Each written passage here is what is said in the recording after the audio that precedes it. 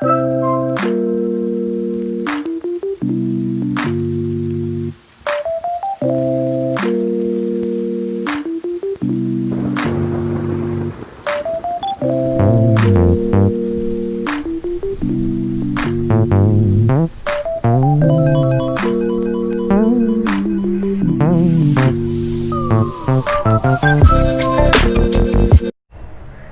Nanba, this is Karthik. Welcome to krmotovlogs. நம்ம சேனலில் நீங்கள் travel videos, bike related videos, அப்புறம் இன்ஃபர்மேட்டிவ் வீடியோஸ் எல்லாமே பார்க்கலாம். ஸோ சேனலை மறக்காமல் சப்ஸ்கிரைப் பண்ணிக்கோங்க. அப்படியே இன்ஸ்டாகிராம் போய் ஃபாலோ பண்ணுங்கள். லிங்க் வந்து டிஸ்கிரிப்ஷனில் கொடுத்துருக்கேன். ஓகே நண்பா, இன்றைக்கி நம்ம என்ன வீடியோ பார்க்க போகிறோம் அப்படின்னா, என்கிட்ட நிறைய பேர் கேட்குற ஒரு விஷயம், சொல்கிற ஒரு விஷயம் என்ன அப்படின்னு பார்த்தீங்கன்னா, ப்ரோ என் பைக்கில் வந்து பேட்ரி இஷ்யூ ஆகுது, பேட்ரி டவுன் ஆகுது இப்படி நிறைய பேர் சொல்கிறாங்க. என்கிட்ட கேட்குற விஷயமும் அதுதான். ப்ரோ இந்த மாதிரி பேட்ரி இஷ்யூ நிறைய பேர் சொல்கிறாங்களே, உங்களுக்கு பேட்ரி இஷ்யூ இருக்கா எப்படின்னு சொல்லி எனக்கு வந்து நிறைய பேர் வந்து என்கிட்ட வந்து கேட்டுக்கிட்டே இருக்காங்க, சொல்லிக்கிட்டே இருக்காங்க.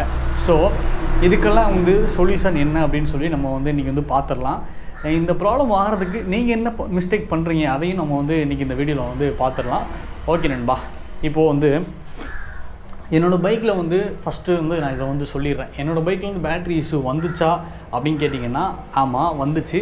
ஒரே ஒரு தடவை வந்துச்சு. அதுவும் என்னோடய மிஸ்டேக், அப்புறம் வந்து இந்த வைரஸோட மிஸ்டேக்னு சொல்லலாம். ஏன் அப்படின்னா, நான் வந்து சென்னையில் இருக்கும்போது நான் வந்து இந்த லாக்டவுன் போட்டப்போ சென்னையிலேருந்து நான் கிளம்பி ஒரு வேலையாக நான் வந்து இங்கே வந்தேன், எங்கள் ஊருக்கு வந்திருந்தேன். அப்போ நான் இங்கே ஊருக்கு வந்த நேரம் பார்த்து நான் ட்ரெயினில் வந்தேன், பைக் அங்கே தான் ஃபஸ்ட்டு வந்தேன்.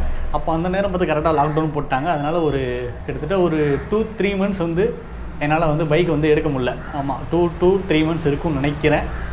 பைக் வந்து எடுக்க முடியல. அது அங்கேயே தான் நின்றுச்சு. அதை ஒரு 2-3 மந்த்ஸ் வந்து அங்கேயே வந்து பைக் நின்றுச்சு. அதை ஸ்டார்ட் பண்ண எதுவுமே இல்லாமல் பைக் வந்து அப்படியே வந்து அங்கே நின்றுக்கிட்டே இருந்துச்சு. அதுக்கப்புறம் ஒரு 3 மந்த்ஸ் கழித்து நான் வந்து போயிட்டு இந்த மாதிரி பைக்கை வந்து ஸ்டார்ட் பண்ணி பார்த்தேன். அப்போ வந்து ஹெட்லைட்லாம் இருந்துச்சு. ஆனால் வந்து பேட்டரியில் வந்து ஆம்ப் வந்து கம்மியாக இருந்துச்சு. நான் வந்து பேட்டரி மட்டும் தனியாக கழட்டிட்டு போய் நான் சார்ஜ் பண்ணி திரும்ப போட்டு நான் பைக் ஸ்டார்ட் பண்ணி எனக்கு ஸ்டார்ட் ஆயிடுச்சு. அதுக்கப்புறம் இப்போ வரை எனக்கு வந்து எந்த ஒரு பேட்டரி இஷ்யூமே வந்து எனக்கு வந்தது கிடையாது. அதுவும் அந்த ஒரு இஷ்யூ மட்டும்தான். மற்றபடி எனக்கு இதுவரை எனக்கு வந்து பேட்டரி இஷ்யூ எதுவுமே வந்தது கிடையாது. அதுவுமே இந்த பேட்டரி சார்ஜ் பண்ணி போட்டோன்னே நான் வந்து எனக்கு டக்குனே வந்து உடனே வந்து ஸ்டார்ட் ஆயிடுச்சு. அந்த வீடியோ நான் வந்து போட்டிருப்பேன். வேணால் நான் கார்டில் வந்து கார்ட்ஸில் வந்து அந்த வீடியோ லிங்க் நான் தரேன், அதை போய் செக் பண்ணி பாருங்கள். ஓகே நண்பா. அண்ட் இன்னொரு விஷயம் வந்து, நீங்கள் மொபைல் ஹோல்டர் போட்டிருக்கீங்களே, இது எப்படி வாரண்டியில் உங்களுக்கு வந்து கவர் பண்ணுறாங்க அப்படின்னு சொல்லி நிறைய பேர் வந்து கேட்குறாங்க. மொபைல் ஹோல்டர் வந்து சார்ஜ் போடுற மாதிரி தான் நான் வந்து போட்டிருக்கேன். அதோட கனெக்ஷன் பார்த்தீங்கன்னா டைரெக்டாக நம்ம வந்து பேட்டரியில் போய் கனெக்ட் பண்ண வேண்டியதாக இருக்கும். நான் என்ன பண்ணுவேன் அப்படின்னா, ஏதாவது ரைடு போகும்போது மட்டுமே நான் வந்து அதை வந்து கனெக்ட் பண்ணி வச்சுப்பேன். பைக் ரன்னிங்லேயே இருக்குன்னா அந்த டைமில் மட்டும் நான் வந்து அதை கழட்டி வச்சுப்பேன். மற்ற நேரத்தில் அந்த இதை வந்து நான் வந்து அவுத்து விட்ருவேன். இது கொஞ்சம் கஷ்டமான வேலை தான். சீட்டை கழட்டி திரும்ப வந்து பிடுங்கி திரும்ப இது பண்ணி எல்லாம் மாட்டுறது கொஞ்சம் கஷ்டமான வேலை தான். இருந்தாலும் நம்ம இந்த மாதிரி பார்க்கணும் அப்படின்னா இதெல்லாம் வந்து பண்ணி தான் ஆகணும். அதனால் நான் என்ன பண்ணுவேன் அப்படின்னா, நான் ஏதாவது ரைடு போகிறேன்னா அப்போ மட்டும் அந்த ப்ளக்கை வந்து அதில் பேட்டரியில் போய் நான் வந்து லிங்க் பண்ணி வச்சுருவேன். ரைடெலாம் முடிச்சுட்டு திரும்ப வந்ததுக்கப்புறம் நான் வந்து அதை கழட்டி விட்ருவேன். இப்படி தான் நான் வந்து மெயின்டைன் பண்ணிகிட்ருக்கேன். அண்ட் இன்னொரு விஷயம் என்னென்னா, என் பைக் வந்து ஓடுதோ இல்லையோ, நான் டெய்லி காலையில் ஒரு தடவை, நைட்டு ஒரு தடவை, 2 டைமே நான் வந்து ஒரு 3 to 5 minutes வந்து நான் வந்து பைக்கை வந்து ஐடில் பண்ணுவேன், பைக்கை வந்து ரன் பண்ண விடுவேன். அதனால் எனக்கு இப்போ வரை எந்த ஒரு பேட்டரி இஷ்யூமே கிடையாது. ஸோ இதுலேயே உங்களுக்கு தெரிஞ்சிருக்கும் நீங்கள் என்ன மிஸ்டேக் பண்ணுறீங்க அப்படின்னு. நிறைய பேர் எங்கேயா பைக் எடுத்துகிட்டு போகணும் அப்படின்னா மட்டும் தான் பைக்கை ஸ்டார்ட் பண்ணுறீங்க. அப்போது அதுவரையும் பைக் வந்து சும்மாவே நின்றுக்கிட்டு இருக்கு.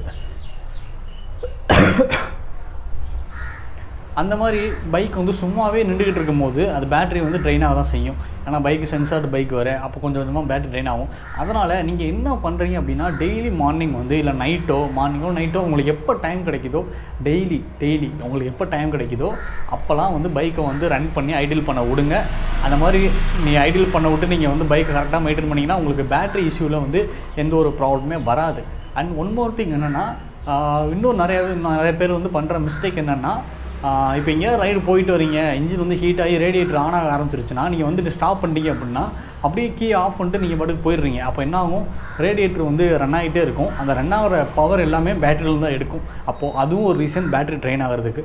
அப்போது சரி இதுக்கு என்ன சொல்யூஷன் அப்படின்னு சொல்லி நீங்கள் கேட்டிங்க அப்படின்னா, ஒன்றும் இல்லை. நீங்கள் எங்கேயா போயிட்டு வரீங்க, ரேடியேட்டர் ஃபேன் சுற்றிக்கிட்டே இருக்குன்னா நீங்கள் வந்து பைக்கை நிப்பாட்டிட்டு உடனே இன்ஜின் ஆஃப் பண்ணிடாதீங்க, கில் சுவிட்சே ஆஃப் பண்ணிடாதீங்க, பைக்கை ரன் பண்ண விடுங்க. அந்த ரேடியேட்டர் ஃபேன் கொஞ்சம் நேரத்தில் ஓடி அதுவே ஆஃப் ஆகிடும். ஆஃப் ஆனதுக்கப்புறம் நீங்கள் வந்து திரும்ப வந்து பைக்கை வந்து ஆஃப் பண்ணுங்கள். ஓகேங்களா? அந்த ரேடியேட்டர் ஃபேன் ஓடிக்கிட்டே இருக்கும்போது நீங்கள் பாட்டுக்கு வந்து ஆஃப் பண்ணிட்டு போயிட்டிங்கன்னா அது பேட்டரியிலேருந்து எல்லா பவரையும் வந்து எடுத்து அதுவுமே வந்து உங்கள் பேட்டரி லைஃப்பை வந்து கம்மி பண்ணி விட்டுரும். இப்போது ரேடியேட்டர் ஃபேன் ஓடுதுன்னா அது ஓடட்டும், அது கொஞ்சம் ரொம்ப நேரம்லாம் ஓடாது, ரொம்ப நேரம் ஓடிக்கிட்டேலாம் இருக்காது. மிஞ்சி போனால் நீங்கள் வந்து நிப்பாட்டினதுக்கப்புறம் ஒரு 2 to 3 minutes இல்லை மேக்ஸிமம் 5 minutes வந்து அது ஓடும், அவ்வளோதான். அதுக்கப்புறம் அது வந்து நின்றும். அதனால் அது நின்றதுக்கப்புறம் நீங்கள் வந்து உங்கள் இன்ஜின் வந்து ஆஃப் பண்ணுங்கள்.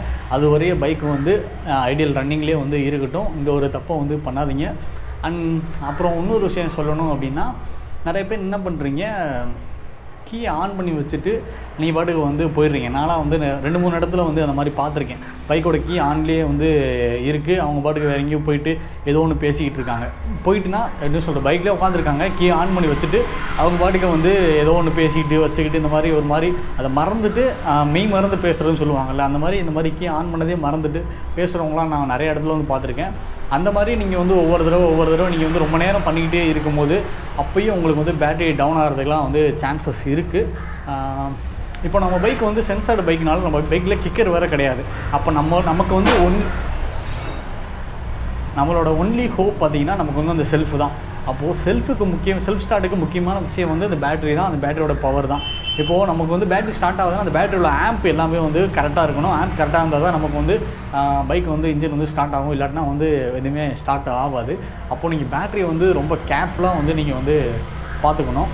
நம்ம பைக்கில் கிக்கர் இல்லாத ஒரு காரணத்துக்காக அந்த செல்ஃபு மட்டும்தான் நமக்கு வந்து ஒரு முக்கியமான ஒரு விஷயம். அது இல்லைன்னா நமக்கு வந்து பைக்கை ஸ்டார்ட் பண்ண முடியாது. நிறைய பேர் தள்ளி விட்டு ஸ்டார்ட் பண்ணலாம், கியர் போட்டு தள்ளி விட்டு ஸ்டார்ட் பண்ணலான்னு சொன்னாங்க. நான் அதை ஃபஸ்ட்டுலாம் நான் வந்து அதை நம்பவே இல்லை. அப்புறம் நம்ம செல்வர் விக்னேஷ் ப்ரோ வந்து அவர் பைக்கில் வந்து பெட்ரோல் வந்து இப்படி தான் ஆச்சு. நம்ம செல்வர் விக்னேஷ் ப்ரோவோட பைக்கில் வந்து ஒரு தடவை இப்படி தான் பேட்டரி வந்து இஷ்யூ ஆகி ட்ரைன் ஆகிடுச்சு.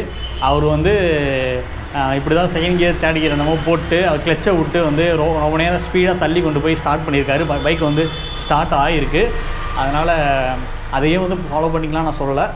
சப்போஸ் இந்த மாதிரி பேட்டரி எங்கேயாவது உங்களுக்கு வந்து ட்ரைன் ஆகிடுச்சுன்னா இந்த மெத்தடை நீங்களும் ஃபாலோ பண்ணுங்கன்னு நான் வந்து சொல்ல வரேன். வேறு வந்து இதை தான் பண்ணணும் அப்படின்னு நான் வந்து சொல்ல வரல. அடிக்கடி இதெல்லாம் பண்ணாதீங்க, ஓகேங்களா? உங்களுக்கு சப்போஸ் பேட்டரி ட்ரைன் ஆகிடுச்சு, நீங்கள் முக்கியமான ஏதோ ஒரு இடத்துல இருக்கீங்க, உங்களால் பைக் ஸ்டார்ட் பண்ண முடியல அப்படின்னா இந்த மெத்தட் வந்து ஃபாலோ பண்ணுங்கள். ஆனால் அட்லீஸ்ட் எனக்கு தெரிஞ்சு நீங்கள் வந்து ஒரு 20 to 30 km ஸ்பீட்லேயாவது நீங்கள் வந்து பைக்கை தள்ளணும்னு நான் வந்து நினைக்கிறேன். ஓகே நண்பா, அவ்வளோதான் அந்த வீடியோ. இப்போ உங்களுக்கு தெரிஞ்சிருக்கும், கிட்டத்தட்ட எல்லாத்தையுமே கவர் பண்ணிட்டேன். வேறு ஏதாவது டவுட்ஸ் இருந்தால் என்கிட்ட வந்து கேளுங்க. நான் வந்து ஒன்று நீங்கள் கேட்குற இன்ஸ்டா மெசேஜ்லேயோ இல்லை வந்து யூடியூப் கமெண்ட்ஸ்லேயோ நான் வந்து உங்களுக்கு ரிப்ளை பண்ணிடுறேன். அப்படி இல்லைன்னா நீங்கள் சொல்லுங்கள், அதை பற்றி நம்ம தனியாகவே வந்து ஒரு வீடியோ பண்ணலாம். ஓகே நண்பா, இன்னொரு விஷயம் சொல்லிக்கிறேன். இது வந்து ஒரு மூவி டைலாக் தான், இருந்தாலும் அதுதான் வந்து ஃபேக்ட்டு. அடுத்த நிமிஷம் நிச்சயம் இல்லாத வாழ்க்கை. ஸோ முடிஞ்ச வரையும் வந்து எல்லாருமே வந்து ஹாப்பியாக இருங்க, மற்றவங்கள ஹாப்பியாக வச்சுக்கோங்க. எவ்ரி மூமெண்ட் மேட்டர்ஸ் நண்பா. ஓகேவா? ஓகே நண்பா, love you all, take care, see you in the next video. மறக்காமல் சேனலை வந்து சப்ஸ்கிரைப் பண்ணுங்கள், இன்ஸ்டாகிராம் வந்து ஃபாலோ பண்ணிடுங்க. பை நண்பா, டேக் கேர்.